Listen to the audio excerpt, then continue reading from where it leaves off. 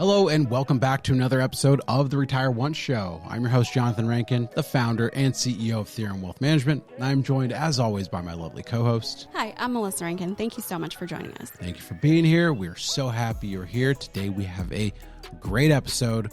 We are going to talk about the one thing that some might deem as the worst investment for retirement. But before we jump into any of that, Mel, what do we want people to do? We want you to subscribe. We want you to never miss. Don't miss.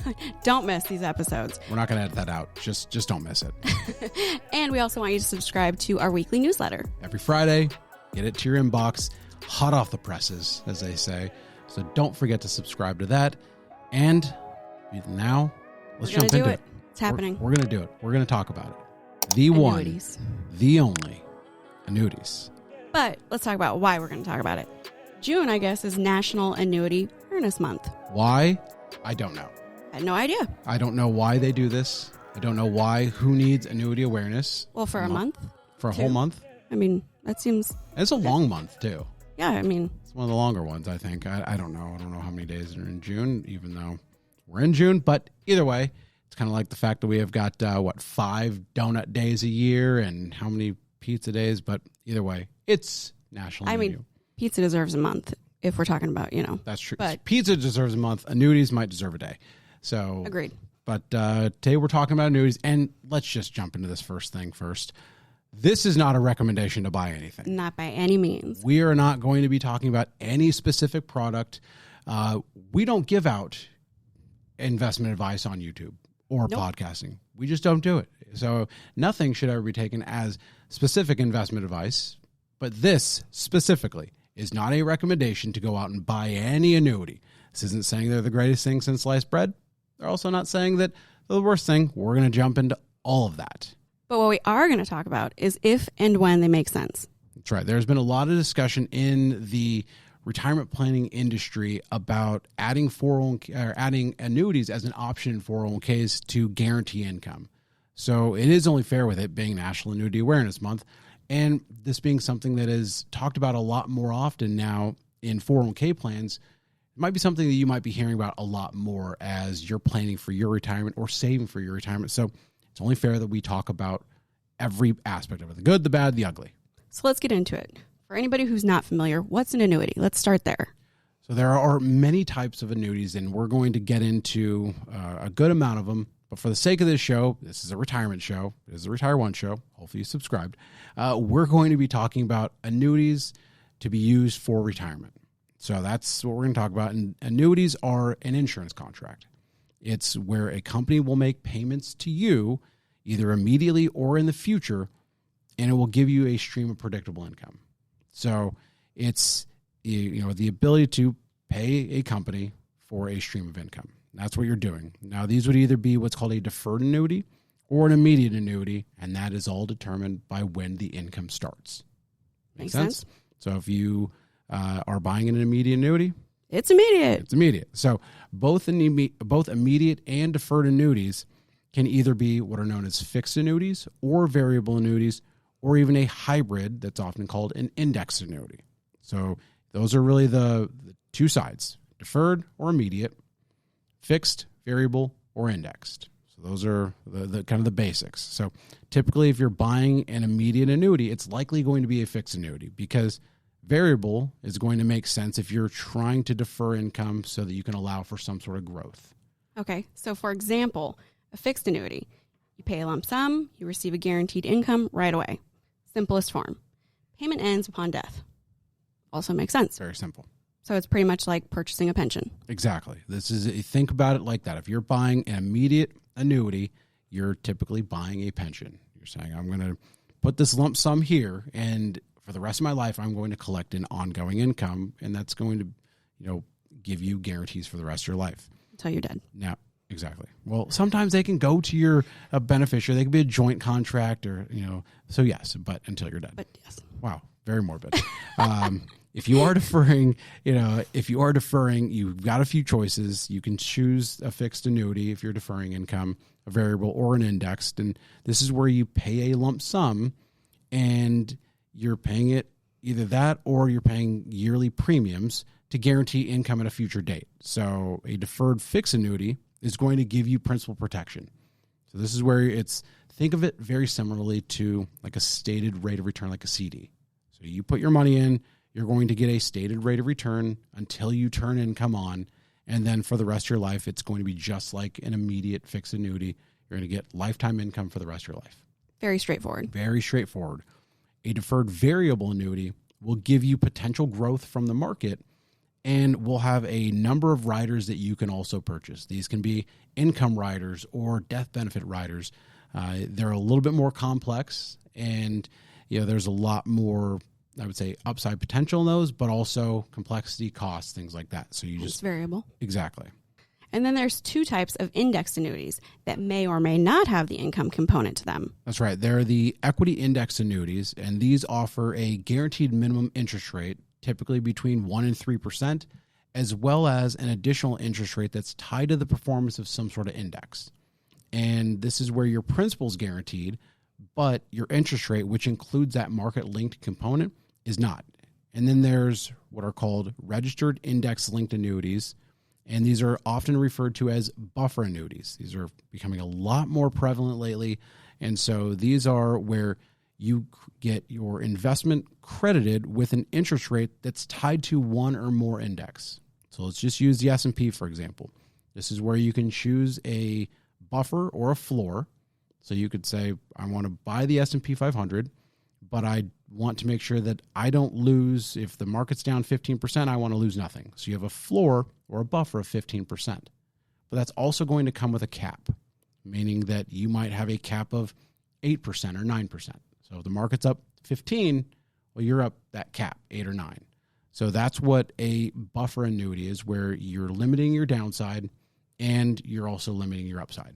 So a little less straightforward, depending on. Exactly. That's where, when you start getting into the index and the variable side, that's where they're going to get a lot more complex.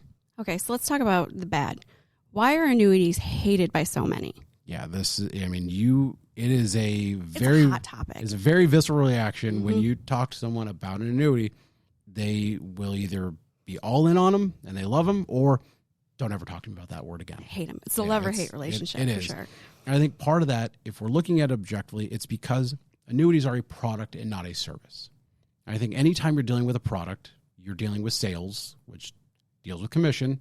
So when you have that, it's insurance. It's like dealing with an insurance salesman. They're compensated to have people buy an annuity. To sell something to you. Yeah, and so there's that part of it where you have bad actors out there. That just happens. And then you also have the liquidity factor. If you're buying an annuity, you got to remember, you're buying a stream of income. You need to expect that whatever you're buying, you're not trying to tap into that. This isn't like a savings account or something that you could just cash in and out. Annuities typically have very high surrender fees or liquidity that you don't want to, you're going to change all the guarantees within that contract if you start pulling money out.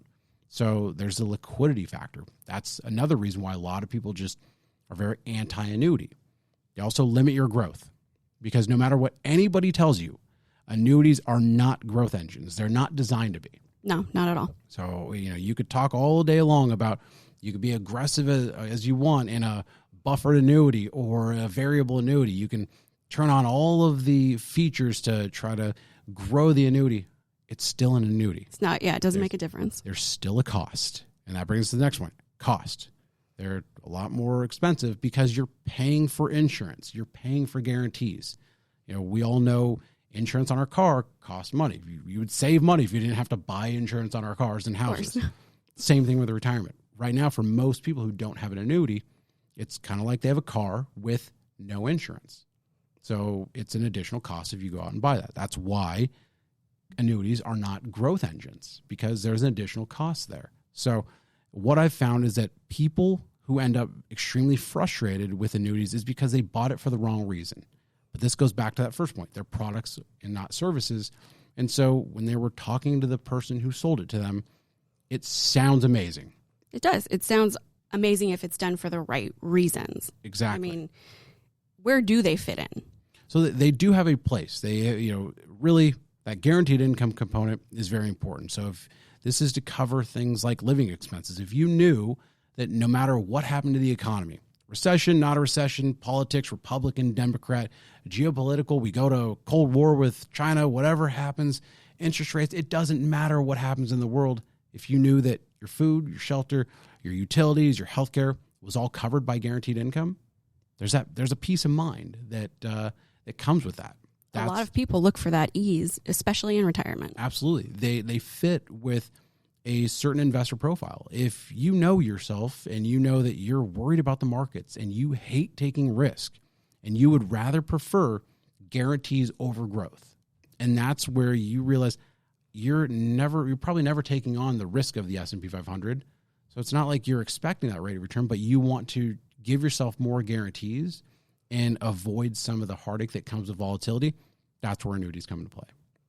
But you're not buying an annuity for growth. Again, no. We have to really drill that point home. Yeah, that would be like saying you're trying to run the fastest marathon, but you've got a weighted vest on. Probably not going to win. You know that you can run a faster one without it. The annuity is the weighted vest. It's the same thing. If you want more predictability, that's where things like those buffered annuities come into play, because you know that if the market's down a certain percent, you're not going to lose anything. And if it's up, you're going to get a certain amount. You got to cap both ways. You got to cap both ways. And really, if you are scared of spending money for fear of running out, and this is where I see a common place where a lot of people fit in as well, is that they're retired. Even if you ran every single report showing, look, you're never going to run out of money. You could spend a little bit more. You could spend more money on things that you want, a new car, trips, you name it. You have the money to spend it, but they're so scared that they don't want to. And it's a real fear, because most people, when you leave work and you retire, that salary's gone. It's not like you could just say, well, I'll just keep saving again. You don't want to go back to work. You don't want to do that. No. So if you're nervous about spending money and you find yourself a little bit more apprehensive, well, then an annuity can help at least insulate all those living expenses. Alleviate some of the fear. Yeah, you tie in all of your housing and healthcare, all those necessity costs into an annuity and your Social Security, and those are all covered. Now the rest of the money you can do what you want with. You can go on a cruise around the world for months, and if that money goes to zero and you run out of that money, you know that all of your lifestyle costs are going to be met. So again, peace of mind, comfort. Yep. So if you're even thinking about buying an annuity, what should you consider? So this first one's a big one. Never. I mean never. Never, ever, ever. So never. Never. Put all of your money into an annuity. Just don't do it. No matter how good it sounds, annuities are never meant for 100% of your assets. They're not even meant for 90% of your assets. They're meant for a portion because of that liquidity. If something ever comes up where you need to tap into it, you don't want to be penalized to tap into your own money. You don't want to be stuck. You never want to be stuck. You got to remember also the next point is that there is no free lunch. And this goes to those buffered annuities. They're often sold as no fee. There's no cost. There's no fee associated with these. And you have to remember the insurance company is making money somewhere. They are absolutely out for themselves. Yes. And that is going to be built into the performance caps because you have a performance cap on the upside. So when the market's up 10% and your performance cap is 7 or 8, there's a spread there. And there are years where the market is up 20% and you're capped at 7 or 8 or 9. So just remember, nothing is ever free. Ever. Especially with insurance. Do not buy an annuity without thorough planning. That one seems like the most obvious. This is the most important. You have to do some thorough planning to make sure that it is the right fit for you. That is very, very important. No matter how, and the next point, no matter how aggressive or growth-oriented a annuity may sound, it is not meant for growth. I cannot stress that enough. I'm going to say that again because this is like the 4th time I probably said it this episode. We should just title the episode, Annuities Are Not Meant for Growth. But it's not. If your goal is growth, look at some other investment. And then the last point, if you ever talk to a financial advisor and the first thing that they recommend that you do is buy an annuity, just run. Yeah, they're probably not the one for you. No, you don't have to physically run. You could walk. But you could. Briskly. Yeah. Quickly. Is briskly a word? No. Brisk is not. No. But either way, with walk fast. Urgency. Yes. There we go. Walk fast. Go in a different direction because there is no one size fits all investment. They should, every single financial advisor, if they ever recommend an annuity, needs to understand your goals. They need to do thorough planning and then truly understand you as an investor and your behavior, because that's going to help make sure that it's the right fit, because they are not a bad thing. Annuities are not the worst investment for retirement, not by a long shot. I've met hundreds of people who have them and are very, very happy that they do, but it's because they were purchased with the right intent. They were done and purchased after comprehensive planning, and they made sense to that individual. If they make sense, it's completely different. Exactly. And they can be a great vehicle. Again, not meant for growth. No. If you take anything away from this episode, take that. Yep, not meant for growth. So you want to understand the bad things first about it. If someone's talking about it, understand the cons first, because the pros are always going to sound great. Of course. But what are you giving up? What's the catch? What are you giving up? And then if you need help assessing or planning and you're thinking about an annuity, but you just don't know if it fits your individual picture, please reach out. We are here to help. Absolutely. It's National Annuity Awareness Month, so we want to make you aware of all the good, the bad, and the ugly with annuities, and we are here to help. There's a link in the description below to schedule some time with a member of our team. And with that, I'm Johnathan Rankin. And I'm Melissa Rankin. Thank you so much for joining us.